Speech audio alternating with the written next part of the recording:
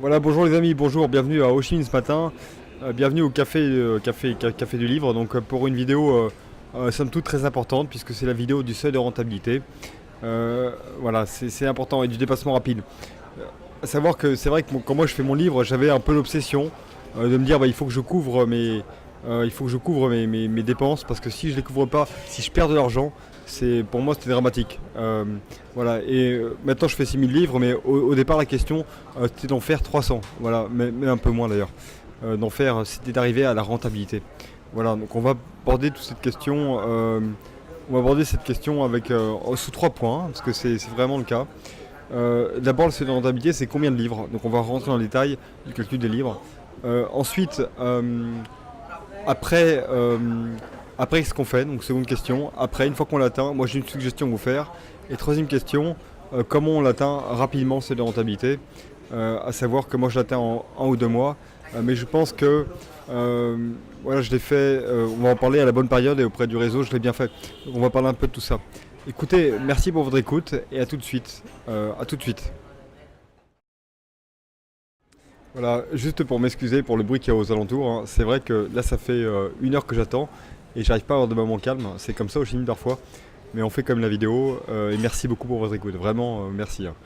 Alors la question du seuil de rentabilité, bah, c'est une question qui est simple en fait. C'est au bout de combien de ventes, moi je vais couvrir mes coûts. Au départ, je mets de l'argent sur la table. Au bout de combien de ventes, je vais couvrir ça. Alors on va parler des coûts et des ventes. Alors commençons par les coûts parce que c'est ça au départ, hein, on engage de l'argent. Deux types de coûts pour un livre, hein. Il y a les coûts de conception et les coûts d'impression.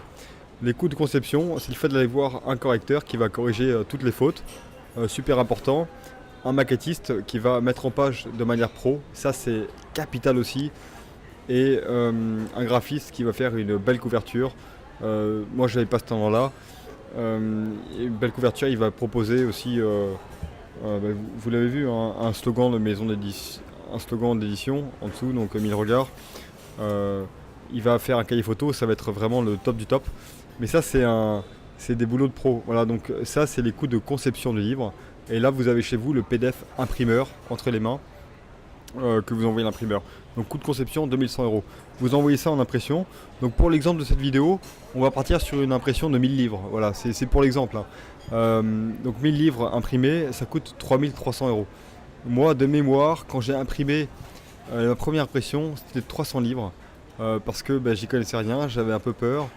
Euh, Honnêtement, j'aurais dû faire 1000 livres, mais j'ai fait 300 livres et ça m'avait coûté 1200 euros. Donc c'était un peu plus cher par livre, coût par livre, mais finalement c'était assez raisonnable. Donc voilà, pour l'exemple de cette vidéo, on part sur 1000 livres, donc 3300 euros. Donc les coûts totaux pour avoir 1000 livres chez soi en carton, donc c'est donc coût de conception 2100 euros et coût d'impression de 1000 livres 3300 euros, donc 5400 euros. Voilà, les coûts, 5400 euros, vous avez 1000 livres chez vous. Maintenant, les recettes. Alors, les recettes, c'est. Bon, bah, c'est pas bien compliqué. On vend son livre. Moi, mon livre, je le vends plutôt. Mon livre, je l'ai vendu à 21 euros. Alors, comment j'ai fixé les 21 euros? On le voit en bas. Très simple, hein. J'étais à la Fnac, j'étais dans la librairie, j'ai vu les prix des livres un peu similaires. Et 21 euros, c'était un prix moyen. Donc, je dis, bon, bah, je vais faire à 21 euros. Puis moi, ça m'allait bien parce que quand on le vend, vous savez, sur Amazon et la Fnac, il y a une remise de 5%. Donc 21 moins 5%, ça faisait 19,95. Et pour moi, voilà, le prix du livre, c'était inférieur, voilà, quand on le vendait sur les réseaux internet, inférieur à 20 euros. Donc c'était comme s'il y avait un prix psychologique qui passait sous les 20 euros. Je trouvais ça je trouvais ça intéressant comme démarche. Je ne sais pas si ça a beaucoup d'effets, si ça a eu beaucoup d'effets, mais je pense que pour moi c'était intéressant. Donc voilà, prix du livre, 21 euros. Là-dessus, je retire donc les impôts, parce que bah, il faut que je paye les impôts, hein, c'est normal. Euh, je suis auto-entrepreneur, donc je paye 15%, donc 3,15 €. Je ne suis pas sujetti à la TVA, donc la TVA, je m'en occupe pas. Je la paye pas, mais je la récupère pas. Euh, voilà, donc les recettes nettes du livre, c'était 21 euros moins 3,15 €, 17,85. Voilà, donc la question c'est au bout de combien de livres vendus à 17,85 euros net, je fais 5400 euros de marge. Voilà, et la réponse c'est 302 livres. Donc quand j'ai fait 302 livres, j'ai atteint mon seuil de rentabilité j'ai couvert toutes les dépenses engagées et donc là je suis à zéro et les livres par la suite seront voilà, ça va être des marges, mais pour moi ça va être du positif. Voilà. Alors voilà, après, qu'est-ce que je fais? C'est la seconde question de ma vidéo. Après, alors là moi j'ai une suggestion à vous donner. Voilà. Donc ça veut dire que vous avez fait 1000 livres au départ, vous avez tiré 1000 livres. Vous avez atteint votre seuil de rentabilité en 300 de ventes. Donc il vous reste 698 livres, c'est pas mal. Vous pouvez les vendre en direct, mais moi ma suggestion c'est d'en donner 100 en service de presse. Voilà. 100 qu'on va donner comme ça, gratuitement, en presse. Parce que la presse, c'est un peu le gasoil que vous mettez dans le moteur qui va permettre au moteur de tourner longtemps. Voilà. Vous n'avez pas de retour pendant peut-être vous avez des premiers tours au bout de 3 à 6 mois, mais si le livre a été bien déposé, bien envoyé, ça va être super, ça peut être super important. Donc service de presse, qu'est-ce que j'entends par là? Service de presse, c'est les livres qu'on distribue gratuitement pour la promotion. Alors au départ, moi j'avais à peu près 50 journalistes que je vais trouver par internet, vous savez, ou journalistes du Figaro, journalistes des Échos, etc. Et je savais qui c'était et j'avais déposé mon livre chez eux. Et comme j'habitais Paris, moi j'avais carrément été en vélo, je me souviens en Figaro, et j'avais déposé le livre, j'avais essayé de voir le journaliste, mais évidemment je ne l'avais pas vu. Mais c'était quand même bien tenté. Donc au départ j'ai été déposé comme ça les livres à 50 journalistes. Alors on va en parler dans une vidéo communication, comment déposer son livre aux journalistes au départ. Écoutez, moi j'ai fait très simplement, j'ai offert un livre et j'avais écrit un petit mot en disant voilà monsieur ou madame, je m'appelle Étienne Noireau, je suis heureux de vous offrir mon livre, ce que je voulais prouver c'était ça et ça et ça. Voilà, j'ai fait de la manière amateur et ça a super bien marché. La manière professionnelle c'est d'envoyer un communiqué de presse, voilà, un communiqué de presse par email. Mais quand on n'est pas connu, je ne suis pas sûr que ce soit la meilleure manière de faire. Mais on va en parler dans la suite, il y a une vidéo sur la communication. Voilà, on va parler de ça quasiment que de ça, pendant 10 minutes. Voilà, donc ça c'est la manière d'envoyer. Donc service de presse, donc au départ 50 journalistes à peu près. Et après c'est 50, on va dire, sur son livre, 50 autres personnes. Alors ça va être vous envoyez le journaliste au départ, mais ensuite vous allez être invité par les salons. Donc vous pouvez offrir le livre à l'organisateur du salon. Peut-être que quand vous participez au salon, il y a un journaliste qui va, moi ça arrivait souvent, après qui venait vous voir, qui dit tiens mais j'ai appris que vous participez à tel salon, est-ce que vous pouvez m'envoyer votre livre pour que j'en fasse une critique? Eh bien écoutez, bien sûr je vous l'envoie. Ça peut être les blogueurs aussi, les blogueurs qui ont appris que vous faisiez un livre. Les blogueurs c'est les gens qui ont des sites Facebook ou qui ont des sites internet et qui sont suivis par des communautés et qui demandent votre livre pour l'intérêt. Et moi je disais écoutez, vous le voulez, mais je vous l'envoie bien sûr avec plaisir. Pareil, quand j'allais au salon, j'avais toujours le livre sur un coin de table. Déjà je le vendais, ou quand j'étais dehors, quand je travaillais au café, je l'avais. Et parfois j'étais approché par des gens qui me disaient écoutez, moi j'ai un peu de réseau, est-ce que j'ai vu votre couverture, ça m'intéresse. Est-ce que vous pouvez est-ce que je peux me le procurer? Et je dis écoutez, vous avez du réseau, mais je vous le donne mon livre, je vous vous en fais cadeau. Et faites-moi une critique. Et ça marchait pas mal. Donc c'est vrai qu'au départ, moi j'ai distribué mon livre, j'ai distribué comme ça 100 livres, mais assez rapidement. Et je dirais que les retours ont été vraiment positifs et partout. Et ça c'est un jeu à ne pas négliger, puisque voilà, pour le dire, hein, au bout de 3 mois j'ai eu un petit encart au Figaro, c'était rien, un petit encart. Mais moi j'avais aucune confiance en moi, mais aucune confiance. Hein. Le livre, je voyais que les défauts. Et le fait d'avoir une critique positive, ça m'a fait un plaisir, mais dingue. Et je crois que le Figaro a donné le ton, puisqu'après les critiques comme ça, journalistiques, sont arrivées plus fréquemment. Et puis donc j'étais invité un peu plus en radio, voilà, au salon, etc., etc. Et puis surtout, moi, enfin, peut-être que ça n'a pas donné le ton, mais en tout cas, moi, ça m'a donné la confiance, quoi. Ça m'a donné vraiment une super confiance. Parce que vraiment, je le répète, j'avais pas de confiance. Donc voilà, pour les calculs, on l'a fait. Donc je refais le calcul. 1000 livres imprimés, 300 de livres, c'est de rentabilité, 100 livres qu'on donne à la presse, combien de livres il y aurait chez nous? 598 livres. Et mine de rien, c'est beaucoup parce que 598 livres, vous avez distribué en service de presse, vous avez fait de la communication. Si vous les vendez à 17,85 de marge, eh bien, c'est pour le calcul, mais 598 livres à 17,85, ça fait 10 600 euros, 10 674 euros de marge nette. Ça veut dire que, très honnêtement, c'est pas mal. C'est pas mal. Donc voilà, sur les 1000 premiers livres, vous pouvez vous faire plaisir, atteindre le seuil de rentabilité, envoyer à la presse 100 livres, vous faire plaisir, aller en salon, commencer à faire de la presse, des émissions radio, et faire 10 000 euros, plus de 10 000 euros de marge net. C'est pas mal. C'est pas mal. Surtout que j'insiste sur un point, moi je suis quelqu'un d'assez timide, j'ai jamais forcé quelqu'un à m'acheter un livre et j'oserais jamais le faire. Les gens ont acheté parce que ça leur faisait plaisir. Voilà, mais ça c'est le résultat d'une communication, d'un livre qui est bien fait, d'un livre qui est pro et qui n'est pas amateur. Mais je répète beaucoup, mais c'est tellement important. Tellement important. Voilà. Alors, troisième question de la vidéo, et c'est pas rien, le seuil de rentabilité, comment l'atteindre rapidement. C'est-à-dire comment atteindre rapidement les 300 premières ventes. Eh bien en fait, il y a deux choses à prendre en compte. C'est la période de lancement et les réseaux. Période de lancement, moi je vous donne mon expérience. Moi j'y pensais pas comme ça, mais je l'ai lancé en septembre. Et c'était la bonne période, parce que c'était 3 mois et demi avant Noël. Si vous lancez votre livre en janvier-février par exemple, c'est un peu...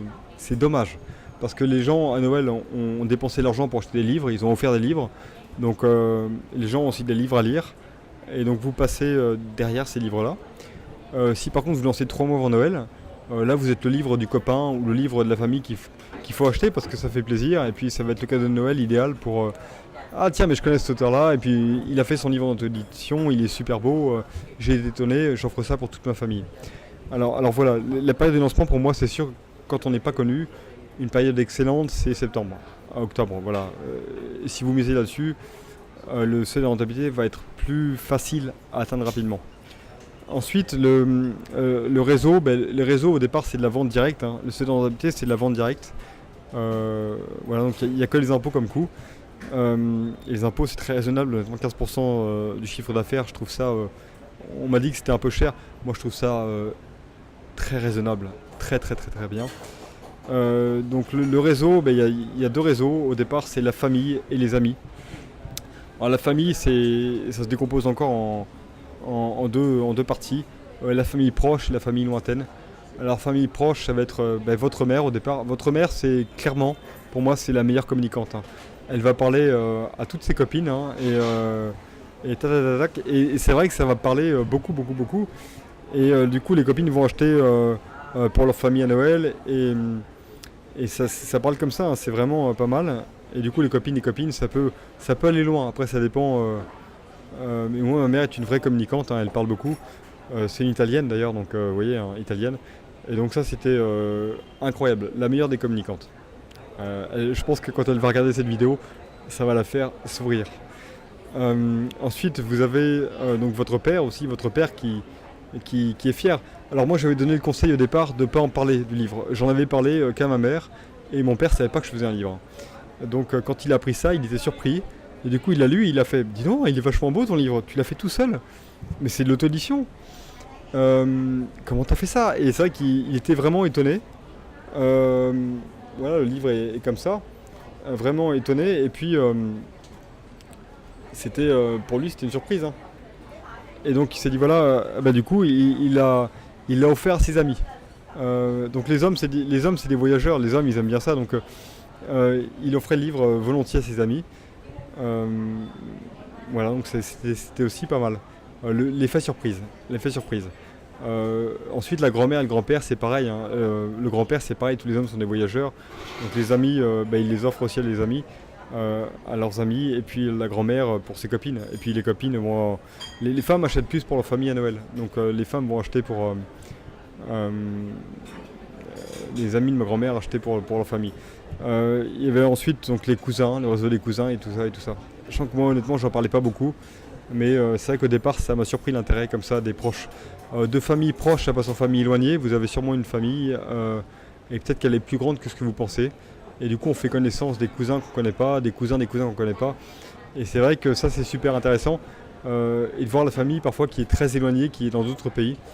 Et ça permet de... Mais personnellement, c'est passionnant. Ça, c'est passionnant. Une famille proche en famille éloignée. Et après, donc, vous avez le réseau des amis.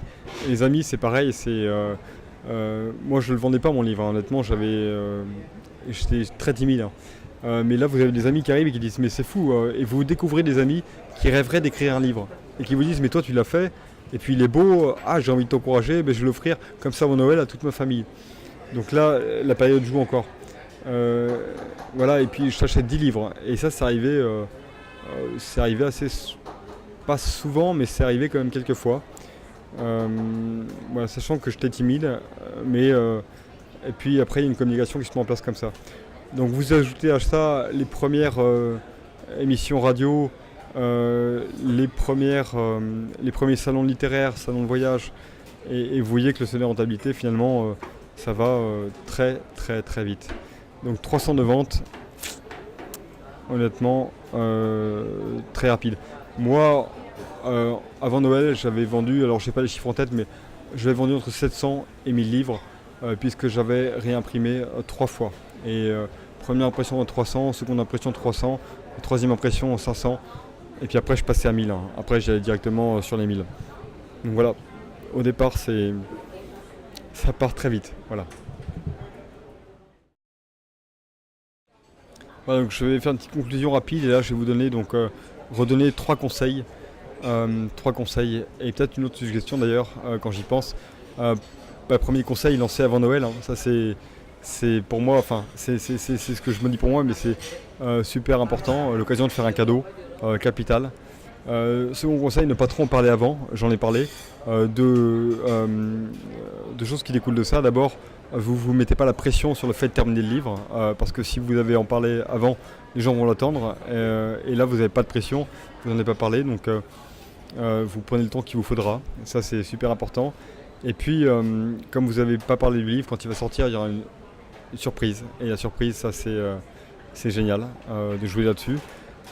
Troisième conseil, ne pas négliger le jeu de la presse. Vraiment, c'est vraiment le carburant qui va permettre de continuer à marcher. Une fois qu'on a atteint les 1000 livres, on pourra passer à 2000, etc., etc. Mais c'est vraiment le fait que la communication va pas s'arrêter. Alors ça peut effectivement ne pas bien marcher, hein. La presse ne peut pas prendre le relais, mais je pense que si on y va à fond, et avec les conseils que je donne dans la vidéo sur la communication, eh bien, ça peut aussi très bien marcher. Voilà. Les auditions, je le disais dans la vidéo précédente, c'est un pari. Voilà. Si ça ne marche pas en édition traditionnelle, ça marcherait pas. Enfin, pour moi, si ça ne marchait pas en auditions, ça ne marcherait pas en édition traditionnelle. Mais je pense qu'on est beaucoup plus surpris positivement que le contraire. Voilà. Enfin, moi, c'était mon cas. Voilà. Puis un dernier point, une petite suggestion dont je parlais d'ailleurs à ce niveau-là. Moi j'ai pas mal d'amis, alors je ne l'ai pas fait justement, donc je me permets de le donner même si je ne l'ai pas fait. J'ai beaucoup d'amis qui ont fait du crowdfunding ou du financement participatif. Ça veut dire que vous allez sur un site internet, vous écrivez votre histoire, vous dites voilà, vous créez une page, vous mettez une vidéo, un truc sympa, et vous dites aux gens voilà, en gros je fais un livre, voilà, si ça vous parle, si l'histoire vous parle, si le thème vous parle, achetez-le moi, ça me permettra de financer les frais de développement, ou les frais d'impression, ou tous les frais d'ailleurs. Donc achetez-le moins à l'avance et je vous l'envoie dans 2-3 mois. Et alors moi je ne l'ai pas fait, mais j'ai pas mal d'amis qui le font et ça marche très bien et j'en ai qui se financent entièrement comme ça. Hein. Donc vraiment c'est une bonne manière de faire. Voilà, donc la conclusion, vous l'avez compris, hein, finalement le seuil de rentabilité c'est vite important, c'est vite atteint, c'est pas un problème. C'est plus bas que ce qu'on pensait. Moi souvent on me dit le livre oh, c'est cher, oh c'est dur, ben non c'est pas dur et pour le coup c'est pas très cher. Enfin c'est un peu d'argent mais c'est vite couvert. Voilà, écoutez, merci beaucoup pour votre écoute et à très bientôt dans une prochaine vidéo.